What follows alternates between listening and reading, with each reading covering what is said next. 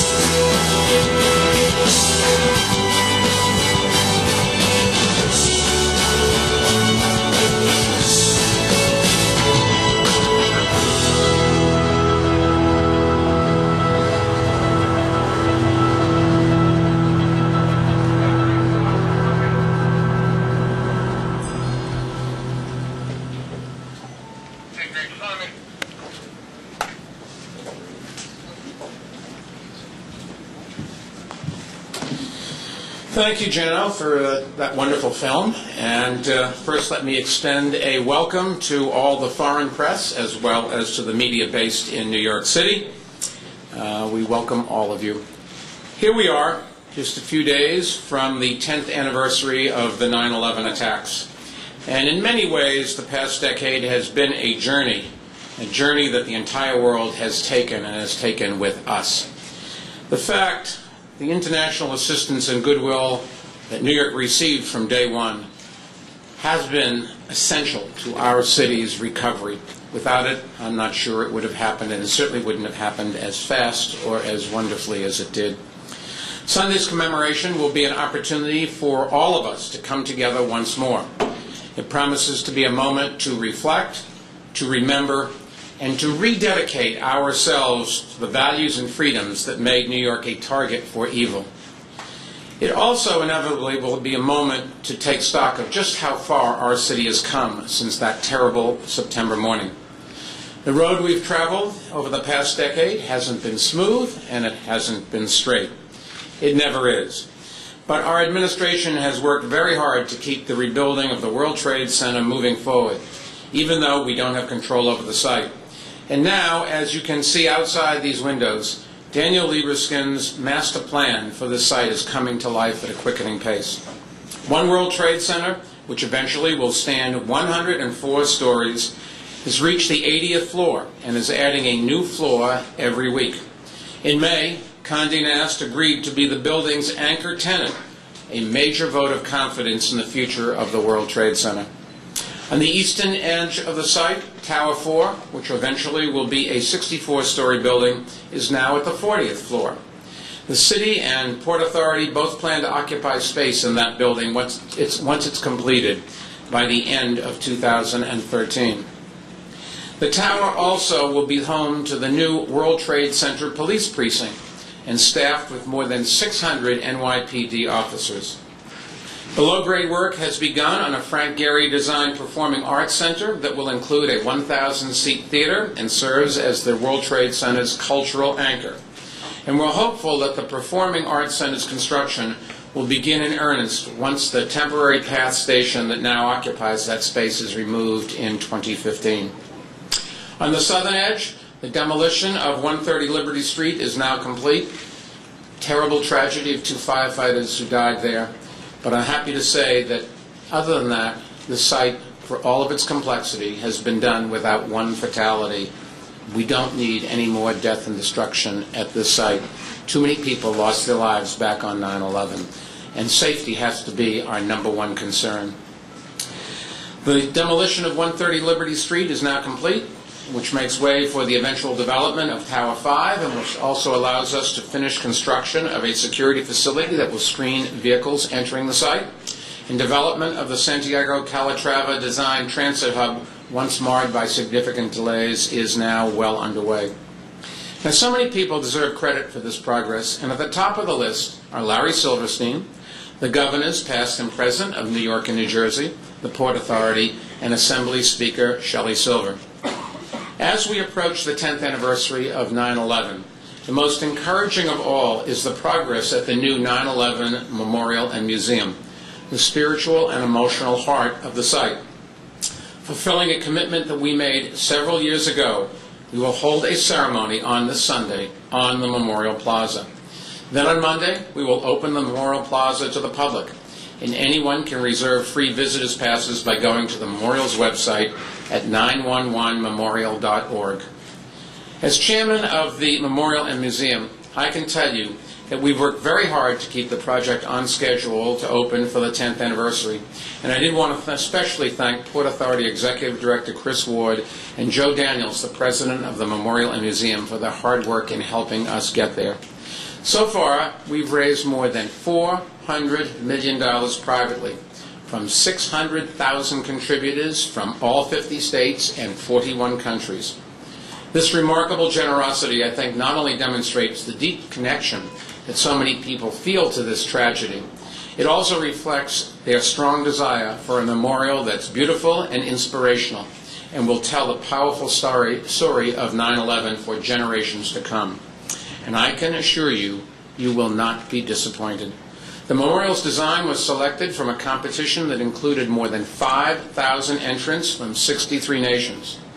The 152 bronze panels listing the victims of 9/11 and the 1993 World Center bombing have been installed in a ways that recognizes the special relationships forged on 9/11 and the bonds that they shared that fateful day. Such a complex yet meaningful arrangement of names was determined using a computer-generated algorithm with additional input from the memorial staff. It was a process, I think, unlike anything ever attempted anyplace else, and it took into account every single request from family members, more than 1,200 requests in total. The two pools that frame the original footprints of the Twin Towers have been tested several times over the summer, and I'm happy to say are now fully operational. Each pool can hold nearly 500,000 gallons of water and is surrounded on all sides by 30-foot waterfalls. We've already planted 225 trees on the plaza, including a Callery pear tree, better known as the survivor tree. This was a tree salvaged from the rubble weeks after the attack and nursed back to health by our Parks Department. And now it stands on the plaza, a beautiful symbol of our city's resilience and a clear affirmation that life has returned to the World Trade Center site. Overlooking the memorial on the eastern edge of the site stands a museum pavilion, which will open 1 year from now, on September 11th, 2012.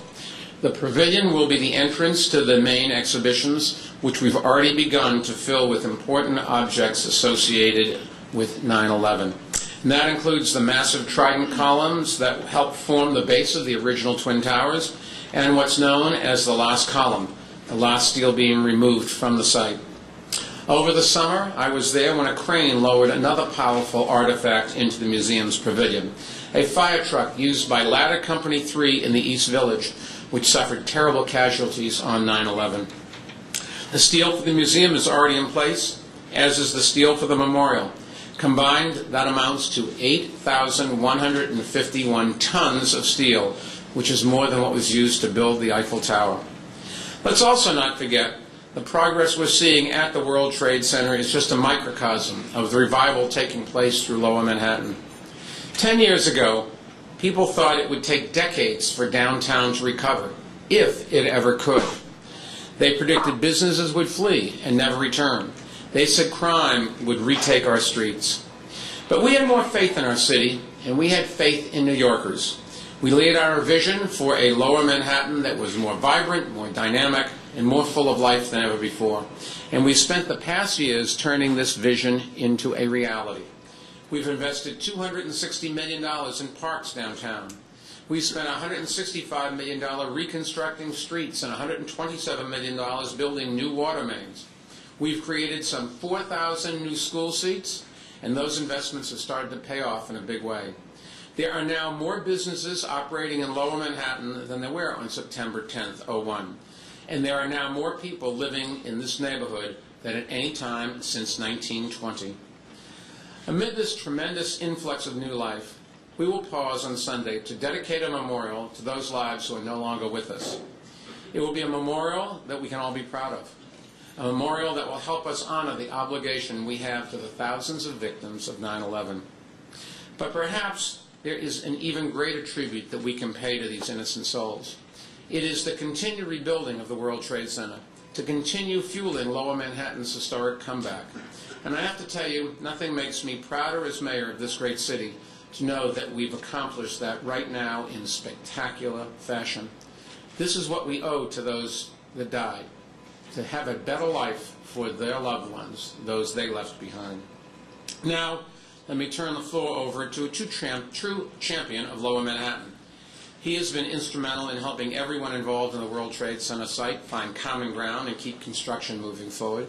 He has also been one of the driving forces in making sure that we had the resources and the determination to redo all of the infrastructure downtown, parks and schools and what goes under the streets, all of the things that will guarantee as the future evolves, people want to build down here, people want to live here, they will have what they need.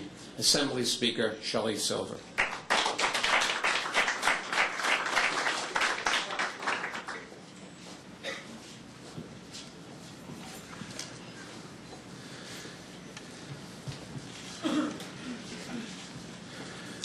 Thank you, Mr. Mayor, for your kind and generous introduction. But more important, thank you for your leadership and your personal dedication to rebuilding Lower Manhattan, a project that is proving a major success. It is fitting that we should be gathered here in Larry Silverstein's World Trade Center 7. If you remember back to 2002, when Silverstein Properties broke ground on this building, the same people who were saying that Lower Manhattan would never come back were also saying that Larry would never be able to sufficiently lease this building. Today, World Trade Center 7 is at almost full leasing, about 98%. And Larry, that is the greatest testament to your vision and your leadership. Speaking as a lifelong resident of Lower Manhattan, I am delighted that construction is proceeding on every project within the World Trade Center site and on important projects in this downtown, my hometown community. My commendations to David Sampson, the Port Authority Executive Director, the dynamic Chris Ward, whose steadfastness, bluntness, and talent has made this rebuilding possible. Jay Walder in the MTA and Bob Harvey and the Lower Manhattan Construction Command Center for their great work. To Daniel Liebeskind, whose vision for this site we see taking shape all around us. And to Joe Daniels, whose leadership has brought us the awe-inspiring National September 11th Memorial and Museum.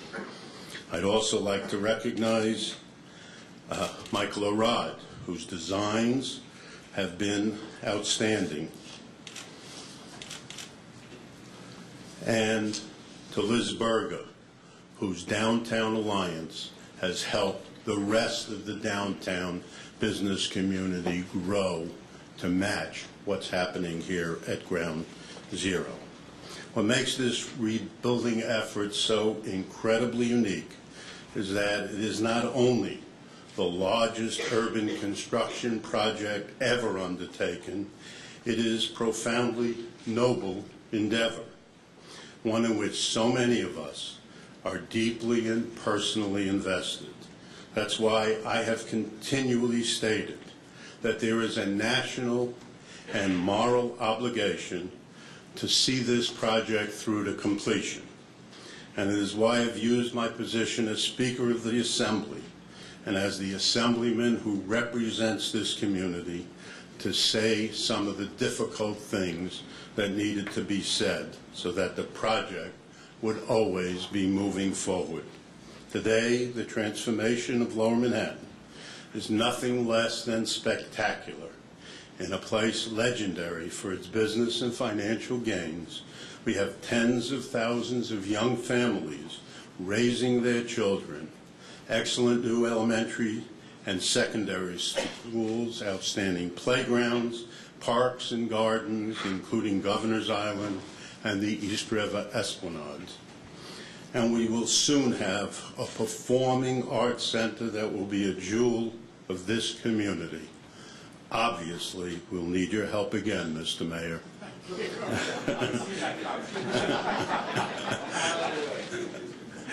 New hotels, restaurants, and shops to cater to the more than 300,000 workers here every weekday and the 9 million tourists that will come throughout the year.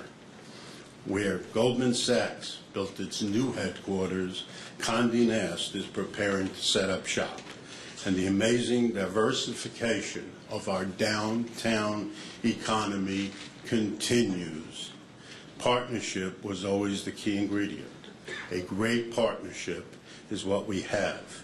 And now it is my privilege to introduce someone who really became the Port Authority Director, told the world the truth about developing downtown, took hard lines to make this happen, and used his energy to make sure that we're standing here today, meeting the timelines he projected and making sure that we had a real community.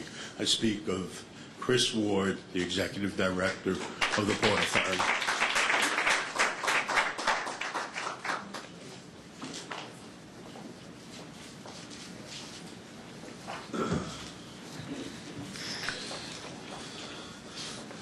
Thank you, Speaker Silver, for those more than generous remarks in introducing me. And let me thank the mayor also for his kind remarks. In 3 days, as the mayor said, the world will gather to commemorate the 10th anniversary of September 11th. This, frankly, is a remarkable achievement, and it is a testament to the discipline and hard work of the Port Authority engineers and construction workers across the site today, as well as our partnership with Larry Silverstein, SPI, Joe Daniels, and the 9/11 Memorial. All of them helped get this job done. And I often refer to this site as an enormous game of pickup sticks, where when you touch one thing, you're touching something else. And over the past several years, I must say, we've all become quite good at playing the game of pickup sticks. And I want to personally thank the mayor, Larry, Joe Daniels, and all the others, and the men and women who are building the site to make this day possible. And the memorial pools are ready for the 10-year anniversary, and the waterfalls and lighting have been tested daily. The bronze parapets, etched with the names of those who were lost, both from 9/11 as well as 1993, have been installed. To be sure, the Memorial Plaza will be a place of solemn reflection. But with 8 acres of unique green space, the plaza will also be a shaded park for office workers to grab a sandwich, a place for a couple to meet in the early evening before a date, a shortcut on a rainy day. It will be New York. And with over 225 trees planted, you can get a real sense for how the plaza will be woven into downtown.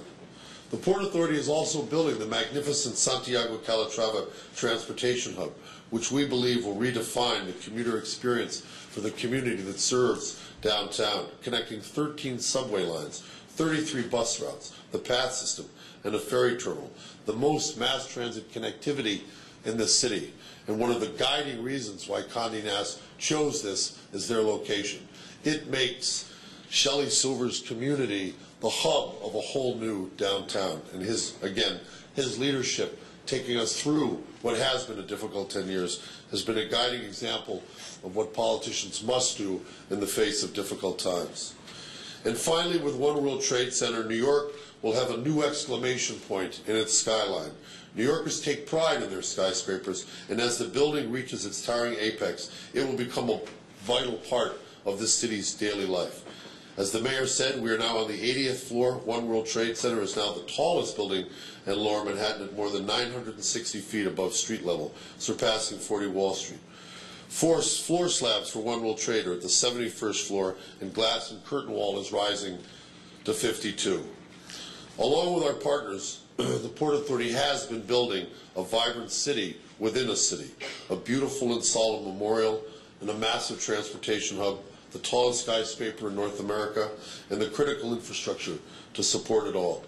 And while it has been our obligation to translate the site's monumental vision into concrete, steel, and glass, the World Trade Center will not be what a politician or a cultural leader tells you it to be. It will be what you want it to be. It will be your downtown. Thank you. And it is my great pleasure now to introduce my partner, my friend, the man whose guiding passion brought this site back from the destruction that we saw, built this magnificent tower, and is continuing to build 2, 3, and 4. In the House of Silverstein, Larry Silverstein.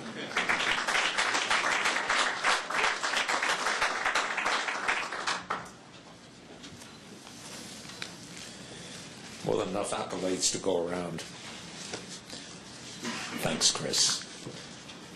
Truth of the matter is that the partnership that we have with the Port Authority under Chris's leadership is allowing everything to happen that you see happening out these windows. It's the progress is remarkable, very complex, been described to you, but on time, and we're excited. And personally, I'm just thrilled to be a part of it.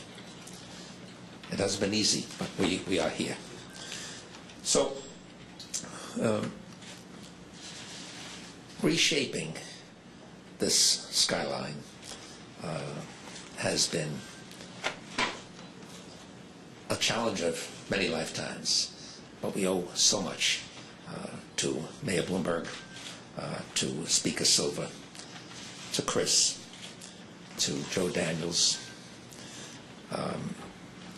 who's done an extraordinary job with the Memorial Foundation, and to Dan Liebeskind, our master planner, whose work you see out these windows. It was Dan who laid all of this out for us in that design competition, and bless him for winning it. I also want to express my appreciation to Governor Cuomo, who couldn't be here today, but is a strong supporter of our rebuilding effort.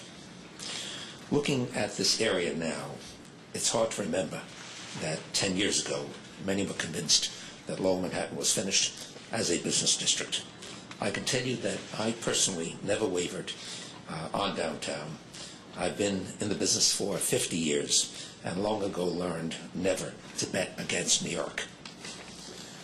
My company and I held firm to our conviction that downtown had enormous potential, both as a residential neighborhood and as a business district, that it could and would become a model 24/7 live-work mixed-use community. We were buoyed by the knowledge that New Yorkers wanted a spectacular rebuilding and a restored skyline, and they didn't want to wait generations to see it finished. Of course, it hasn't always been easy, and everyone hasn't always agreed, but the one thing everyone did have in common, and what drove us at Silverstein Properties, was a passion to create something even better than existed before.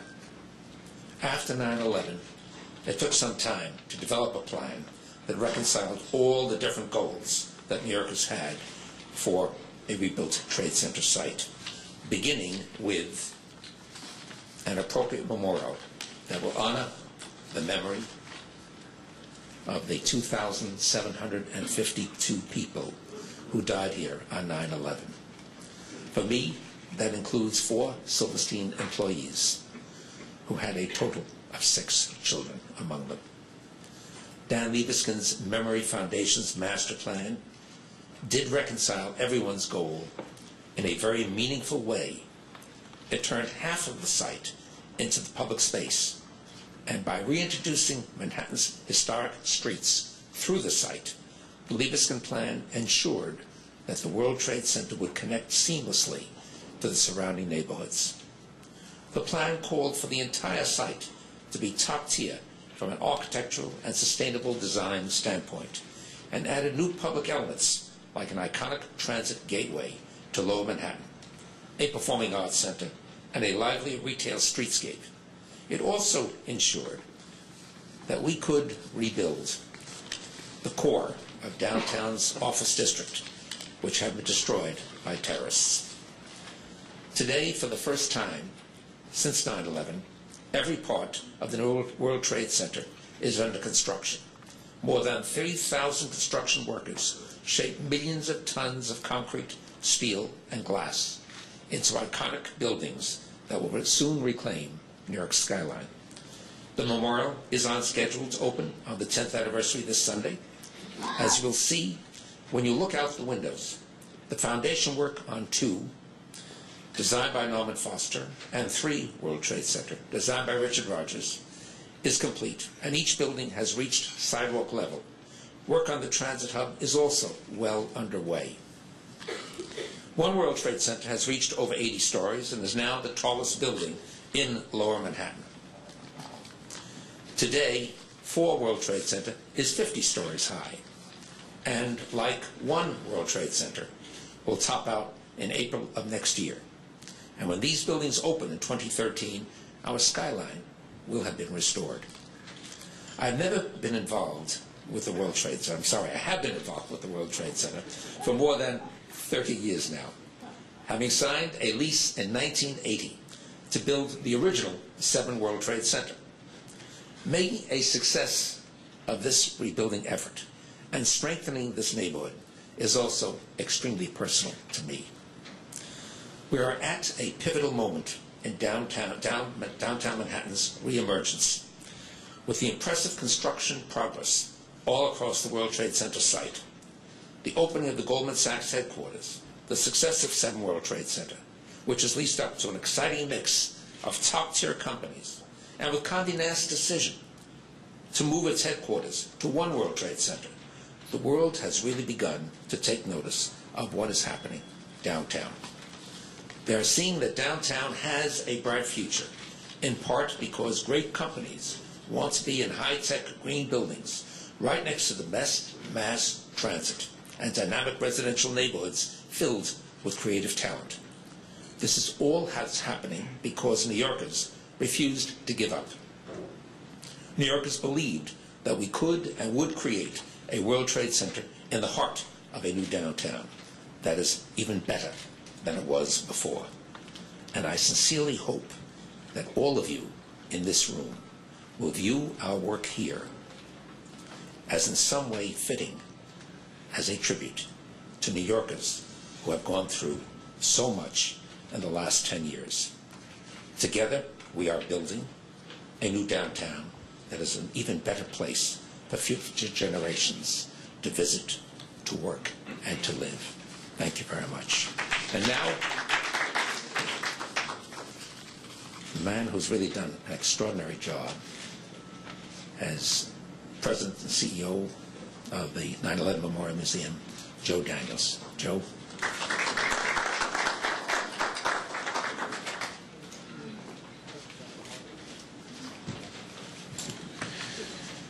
Good morning. I want to thank everybody for joining us today, and I'd first like to just start off by thanking Mayor Bloomberg. As the chairman of the 9/11 Memorial, there is nobody who deserves more credit than he for bringing us to where we are today, just 4 days away from opening the first part of the rebuilt World Trade Center, our nation's tribute to the nearly 3,000 men, women, and children taken from us too soon 10 years ago. And listening to him yesterday recounting how far Lower Manhattan has come in the last 10 years, I can speak as a citizen of this city that we're lucky that we had the mayor as our mayor, because although in retrospect it can look like that the success was built in, it certainly wasn't inevitable, and a lot, if not all of it, has to do with the mayor's leadership.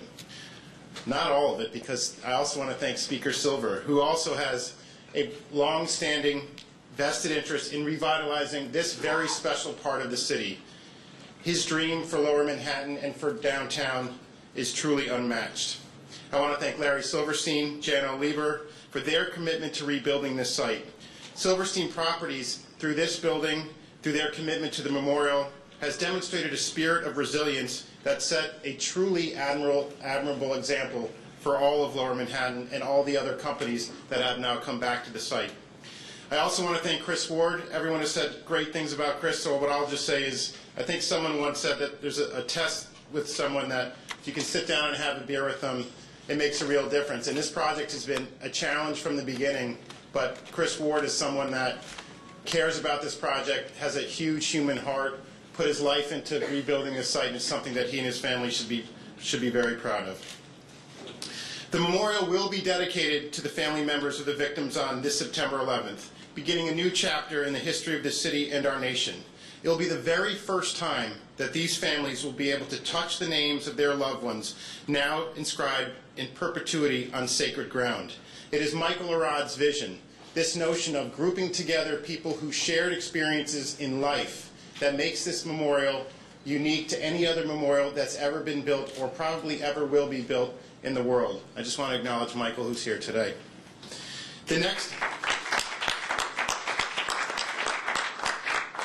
The very next day will be another momentous occasion. For the first time in 10 years, the public will be welcome to the World Trade Center site, where tragic loss was suffered and where the sacrifices that can only be described as heroic were made by thousands who rushed to help in the aftermath. The memorial will remain open every day thereafter, providing a place for visitors from around the world to pay their respects. A constant reminder not only of what we've endured, but also of our ability to come together in the wake of tragedy. I'm often asked what it means for us to be commemorating the 10th anniversary, the significance of being a decade from a day that forever changed the world in which we live. Some would say that it's been too long since the attacks, that certain wounds have already healed, and a permanent memorial should have instantly appeared, lest we forget how that day truly felt.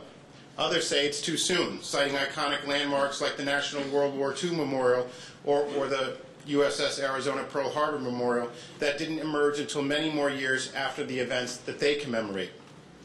For me personally, I know that each and every person working on this project, from the iron workers building the foundation of the site to the plumbers responsible for the memorial's stunning waterfalls to the people in this room, everyone sees it as more than a job.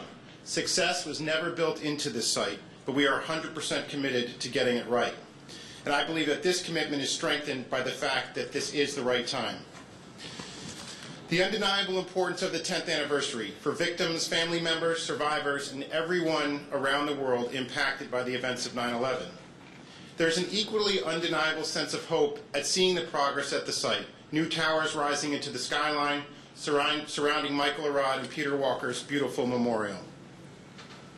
On September 11, 2001, terrorists sought to destroy not just iconic buildings, but the very fabric of our national identity. When the memorial's doors open to the public in just 5 days, people from across the country and around the world will stand beside each other before the names of the victims inscribed in bronze, with water falling out of sight among hundreds of swamp white oak trees. There will be people of all classes, colors, political stripe, countries of origin, and they will come together in the spirit of unity we all remember from the days after 9/11. That's the value of the memorial we've built. It's a permanent testament to the strength of our common bonds, and I can't imagine a more meaningful time for us to reunite at this place of remembrance. I know many of you have your own connection to the events of 9/11, and I thought it would be fitting to premiere today exclusive footage of the recovery and rebuilding at the World Trade Center, courtesy of our partners EarthCam, over there, who trained one of their cameras on the site within days of the attack. And for those of you who think the building of the memorial has taken too long, you'll see that at least in this format, it's just 2.5 minutes.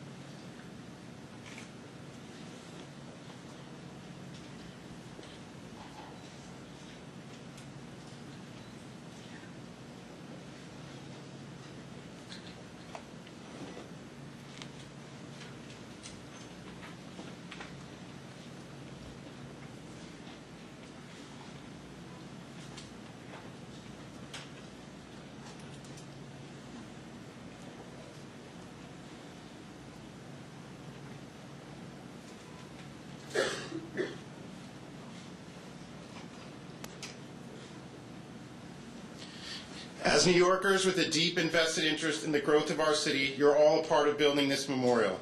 Through its worst times, the city has endured because of the spirit of its people, and the opening of the memorial is no exception. It is now my pleasure to introduce the man whose vision is taking shape outside these windows. Architect Daniel Liebskin won the competition for the master plan of the World Trade Center site, and his creativity at the beginning and compassion will forever alter the landscape of our city for the better. Please welcome Daniel Liebskin.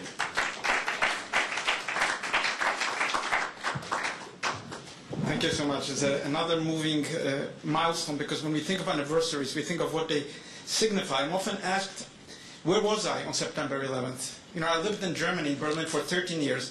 September 11th, 2001 was the day that the Jewish Museum opened its doors for the first time to visitors.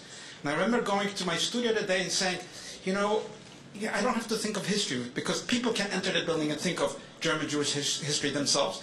Then, of course, at 2:38 in the afternoon, we saw those images of the destruction of New York, and the Jewish Museum closed its doors. And I said to myself, I'm returning to Lower Manhattan. History is never disconnected. There's always a strange interconnection of events. And it is when I really stepped into the site, to the bedrock, on a grim November day, 2002, 2003, and I felt the lost souls. As I touched that 75-foot deep foundation, I saw that slurry wall, that huge retaining wall that sort of held up during the attack. We should have never seen it, and yet was still the foundation of the site. I thought to myself, this is not just about buildings. It's about memory. It's how to bring the memory and how to create that memory of those who perished. Almost 3,000 people from 90 different countries. How is that memory to be used as a foundation for resurgent life on this site? For the fact that it is the victory of life that we are celebrating by remembering that particular day and what happened to the world. Now, the world has seen since that time political answers to these attacks. We have seen military answers. But I believe that in architecture, the answer is through optimism, because architecture is about rebuilding. It's about laying foundation for the future, which means for a better life. And actually, creating a plan, rebuilding New York, is showing the confidence that the future is good, though threatened by many, many threats. So when I thought about the space, I thought, what were the symbols necessary to remind us every day? Because every day will be an anniversary in some way on this site of life, resurgent, but also of what happened. I thought of myself. You know, I was an immigrant to this country like millions of others. And like millions of others, I passed to this country through the Hudson River, seeing the Statue of Liberty as a 13-year-old. And I thought, that's what the site is about. It's about liberty. It's about New York. It's about America. So I was determined that it would not be just one tall building on the site, or even two tall buildings, but spread the density into 5 buildings whose shaping around the site takes the torch of liberty in Lady Liberty's hand and shapes the building in the periphery and a kind of guard of the Central Memorial, which is an open, civic, public space of remembrance. I also thought of an additional space for the public, the Wedge of Light Plaza, an additional public space which is also in the memory of the sky, defined by 8:46 a.m. on the northern side and 10:28, the central skylight of Calatrava's beautiful station. And I also thought that the tallest building should not just be the tallest building in the world. It's a magnificent building going up, but I thought it should have a height which would never be surpassed, 1776 feet. 1776 feet is the date of the Declaration of Independence, a document which was the first document to give human rights to the world. And I thought, rising from the bedrock of tragedy, from that foundation, to the apex of the sky of New York, and hinging the whole composition of skyscrapers, there will be something truly meaningful in the site. I also thought that what is important is to create great streets. Beautiful. New York is a city of optimism. And I thought it's not just for people who will be lucky enough to work in these office buildings, beautiful as they are, but what would it be for people like my parents, who were immigrants, sweatshop workers, right here on this side. My father was a printer on Stone Street. My mother worked in the sweatshops as a garment worker. And I thought, what would it be for them? For them, it would be the streets. It would be the station. It would be the greenery. It would be the water coming back as a piece of nature. And I thought, this is what New York is really about. New York is about the people of New York who made the city so great. So what is the site about? It's about memory and life.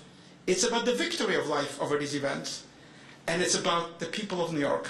People say that New York never sleeps. But New York never gives up. New York is about New Yorkers. New York shows the solidarity of humanity in face of threats. And New Yorkers are from all over the world, people who have rebuilt the city, and you see many of them sitting here. Thank you.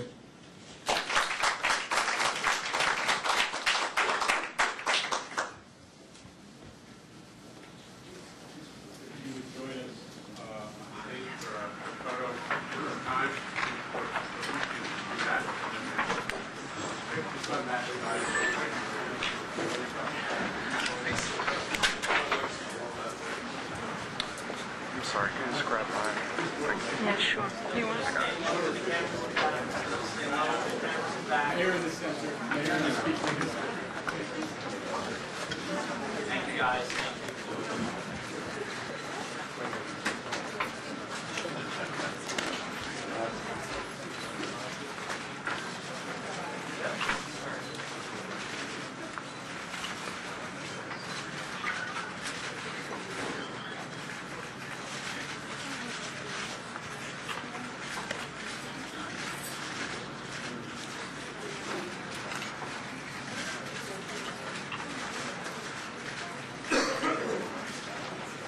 One more guy, all good?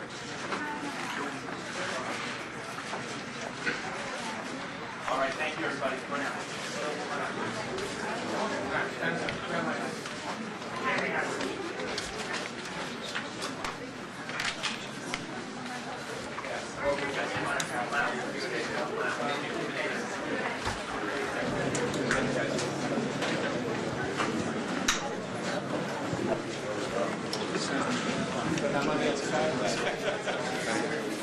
Yeah. Everybody, if you...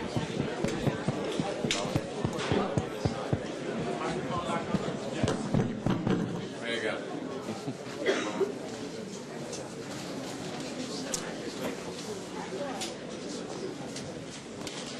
Well, I think everybody understands just how much is accomplished here, and everyone understands that we cannot forget those whose lives were lost, and the threat against democracy, and America's courage with the support of the world to stand up and make sure that people still have their freedoms that for some reason or other some wanted so badly to take away. But in memory of the 3,000 people that died that day, we have to make sure that we do what they would like to have done if they were here, and that is build a better world for their loved ones. And I can just tell you, everybody up here and so many others are committed to doing that. We'll be happy to take a question or two if anybody has any on topic.